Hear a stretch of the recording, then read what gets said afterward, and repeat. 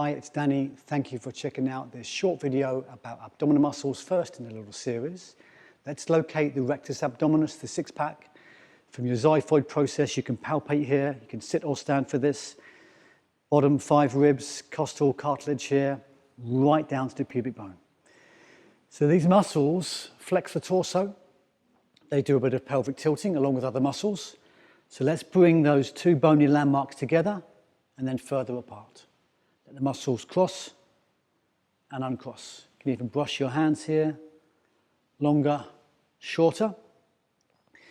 Let's take this, you might watch this one, but if you want to do a few curls right now, we could take this into a few curls where you would rock your pelvis and flex your torso. You'd breathe out and you'd do abdominal curls. While we're here, perhaps we'll do a stretch. This is toning for the back, but stretching for the front. You might enjoy lengthening your rectus abdominis, your six-pack muscles, and not just toning. The reason for that is if you do loads and loads of crunches, loads of sit-ups, you might find you only get strong short and you leave your session tucked under and tight and narrow. Let's keep that length. So let's come back to the beginning.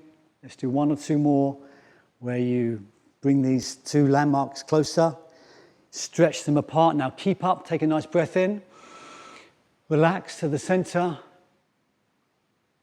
Let's keep a nice long abdominal region, nice natural tone without effort. All right, that's it for this video one.